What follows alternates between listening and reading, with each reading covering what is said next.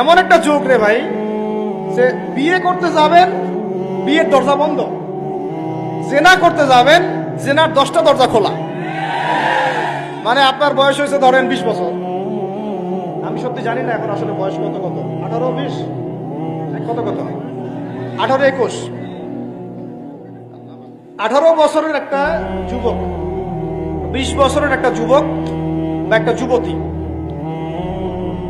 মেয়েদের কত 18, ছেলেদের 21। আচ্ছা, এখন 20 বছরের একটা যুবক সে যদি এখন বিয়ে করতে যায়, তার কেস হবে তাকে জেলখানা যেতে হবে।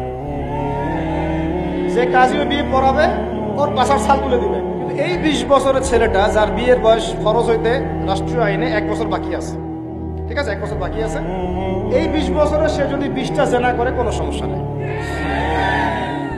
20টা জেনা সে করে ফেললো, তার কোনো বিচার হবে? ওকে কি বেত্রাঘাত করা হবে? ওকে কি 1 বছরের জন্য নির্বাসিত করা হবে? তাহলে তাহলে আমরা কি সত্যি মুসলমান? আমরা কি আদৌ মুসলমান?